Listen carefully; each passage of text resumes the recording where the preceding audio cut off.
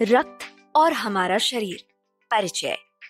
प्रस्तुत पाठ रक्त और हमारा शरीर हमारी पाठ्य पुस्तक वसंत भाग 2 से ली गई है। इसके लेखक यतीश अग्रवाल हैं। बच्चों, क्या आपने अपने शरीर के अंदर बहने वाले रक्त के बारे में कभी जानने की कोशिश की है? आओ, इस पाठ में रक्त से जुड़े कुछ रोचक जानकारियां प्राप्त करते हैं। दिव्या अनिल की छोटी बहन है। यूं तो वह शुरू से ही कमजोर है, लेकिन इधर कुछ दिनों से उसे हर समय थकान महसूस होती रहती है। मन किसी काम में नहीं लगता। भूख भी पहले से कम हो गई है। अस्पताल में उसे डॉक्टर ने देखा तो कहा, लगता है दिव्या के शरीर में रक्त की कमी हो गई है, जांच करा कर देखते हैं। यह कहकर उन्होंने दिव्या को रक्त की जांच के लिए पास के एक कमरे में भेज दिया। वहां अनिल को अपनी ही जान पहचान की डॉक्टर दीदी दिखाई दी। डॉक्टर दीदी ने कहा, कहो अनिल, कैसे आना हुआ?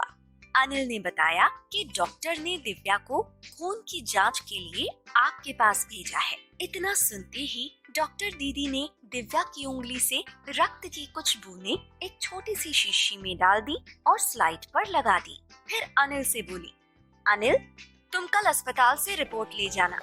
अगले दिन अस्पताल पहुंचकर अनिल ने डॉक्टर दीदी के कमरे के दरवाजे पर दस्तक दी। भीतर से आवाज आई, आ जाओ। अनिल ने कमरे में प्रवेश किया तो पाया डॉक्टर दीदी सूक्ष्मदर्शी द्वारा एक स्लाइड की जांच कर रही थी। दीदी के इशारे से वह पास रखी एक कुर्सी पर बैठ गया। स्लाइड की जांच पूरी होने पर डॉक्टर दीदी ने साबुन से हाथ धोए और तौलिए से पोंछती हुई बोली, अनिल, दिव्या को एनीमिया है। चिंता की बात नहीं, कुछ दिन दवा लेगी तो ठीक हो जाएगी। अनिल के मन में जिज्ञासा हुई। वह बोला, दीदी, एक सवाल पूछूं? हाँ हाँ, क्यों नहीं? डॉक्टर दीदी ने कहा। एनीमिया से आपका क्या मतलब है दीदी? उसने पूछा। यह जानने के लिए तुम्हें रक्त के बारे में जानना होगा, डॉक्टर दीदी ने कहा। फिर बोली, अनिल, देखने में रक्त लाल द्रव के समान दिखता है, किंतु इसे सूक्ष्मदर्शी द्वारा देखें तो यह भानुमति के पिटारे से कम नहीं। मोटे तौर पर इसके दो भाग होते हैं। एक भाग वह जो तरल है, जिसे हम प्लाज्मा कहते हैं। दूसरा वह जिसमें छोटे बड़े कई तरह के कण होते हैं, कुछ लाल, कुछ सफेद और कुछ ऐसे जिनका कोई रंग नहीं, जिन्हें बिंबाणु यानी प्लेटलेट कण कहते हैं। ये कण प्लाज्मा में तैरते रहते हैं।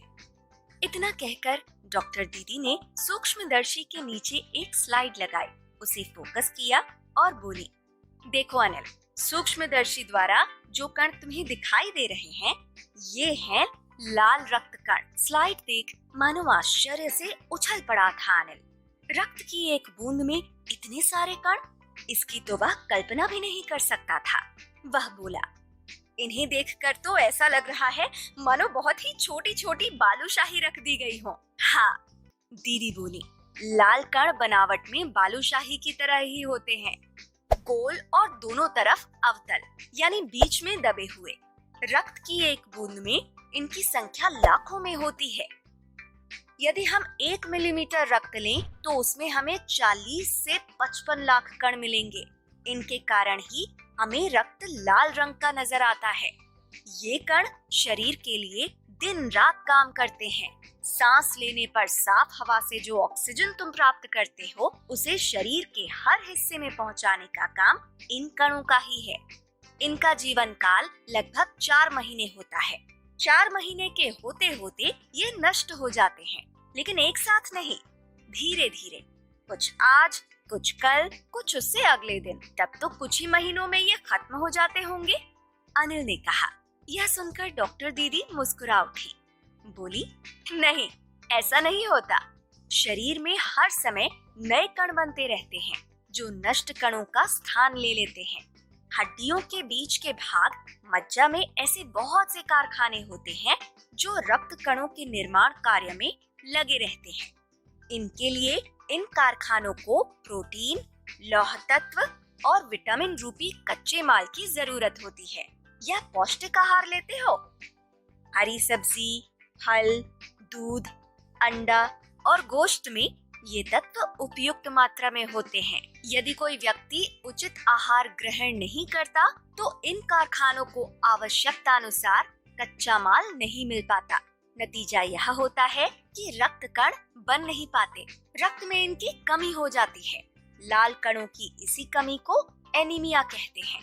तो क्या संतुलित आहार लेने मात्र से हम एनीमिया से बचे रह सकते हैं? अनिल ने सवाल किया। दीदी बोली, हाँ, यह कहना काफी हद तक सही होगा। यूं तो एनीमिया बहुत से कारणों से हो सकता है, किंतु हमारे देश में इसका सबसे बड़ा कारण पौष्टिक आहार की कमी है। इसके अलावा इस रोग का एक और बड़ा कारण है पेट में कीड़ों का हो जाना। ये कीड़े प्रायः दूषित जल और खाद्य पदार्थों द्वारा हमारे शरीर में प्रवेश करते हैं। अतः इनसे बचने के लिए यह आवश्यक है कि हम पूरी सफाई से बनाए गए खाद्य पदार्थ ही ग्रहण करें। भोजन करने से पूर्व अच्छी तरह से हाथ धो लें और साफ पानी ही पिएं। और हाँ अनिल, एक किस्म के कीड़े भी होते हैं जिनके अंडे जमीन की ऊपरी सतह में पाए जाते हैं। इन अंडों से उत्पन्न हुए लार्वे त्वचा के रास्ते शरीर में प्रवेश कर आंतों में अपना घर बना लेते हैं। इनसे बचने का सहज उपाय है कि शौच के लिए हम शौचालय का ही प्रयोग करें और इधर उधर नंगे पैर न घूमें। दीदी, यह तो बहुत ही महत्वपूर्ण बात बताई आपने। अनिल बोला। वह पल भर सोच में डूबा रहा, फिर बोला, आपने बताया था कि रक्त में सफेद कण और बिंबाणु यानी प्लेटलेट कण भी होते हैं। शरीर में उनका क्या काम है? दीदी बोली, सफेद कण वास्तव में हमारे शरीर के वीर सिपाही हैं। जब रोगाणु शरीर पर धावा बोलने की कोशिश करते हैं तो सफेद कण उनसे डटकर मुकाबला करते हैं और जहाँ तक संभव हो पाता है रोगाणुओं को भीतर घर नहीं करने देते। बस संक्षेप में यूं मान लो कि वे बहुत से रोगों से हमारी रक्षा करते हैं और बिंबाणुओं का काम है चोट लगने पर रक्त जमाव क्रिया में मदद करना।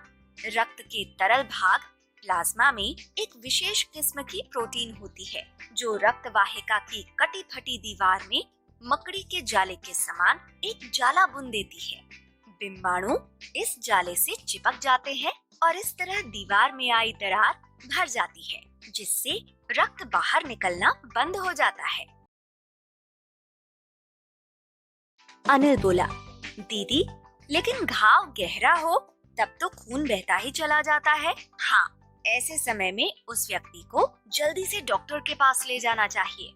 जरूरत समझने पर ऐसी स्थिति से निपटने के लिए कुछ टाँके भी लगाने पड़ सकते हैं, किंतु डॉक्टर के पास पहुंचने तक के समय में चोट के स्थान पर कसकर एक साफ कपड़ा बांध देना चाहिए।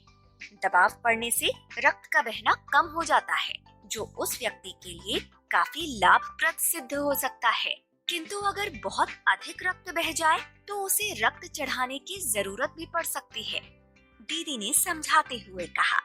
अनिल ने कहा, क्या ऐसे समय में किसी भी व्यक्ति का खून काम आ सकता है?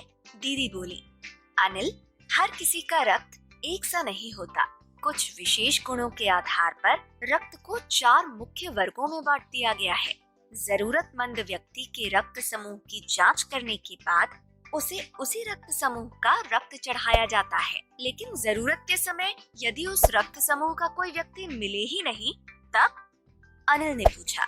ऐसी आपात स्थिति के लिए ही ब्लड बैंक बनाए गए हैं। प्रायः हर बड़े अस्पताल में इस तरह के बैंक होते हैं जहां सभी प्रकार के रक्त समूहों का रक्त तैयार रखा जाता है। किंतु इन ब्लड बैंकों में रक्त का भंडार सुरक्षित रहे, इसके लिए यह आवश्यक है कि हम समय समय पर रक्तदान करते रहें। दीदी ने कहा, क्या मैं भी रक्तदान कर सकता हूँ? अनिल ने पूछा। नहीं, अभी तुम छोटे हो। 18 वर्ष से अधिक उम्र के स्वस्थ व्यक्ति ही रक्तदान कर सकते हैं। एक समय में उनसे लगभग 300 मिलीलीटर रक्त ही लिया जाता है। प्रायः यह समझा जाता है कि रक्तदान करने से कमजोरी हो जाएगी, किंतु यह विचार बिल्कुल निराधार है। हमारा शरीर इतना रक्त तो कुछ ही दिनों में बना लेता है। वैसे भी शरीर में लगभग 5 लीटर खून होता है। इसमें से यदि कुछ रक्त किसी जरूरतमंद व्यक्ति के लिए जीवन दान बन जाए तो इससे बड़ी बात क्या होगी?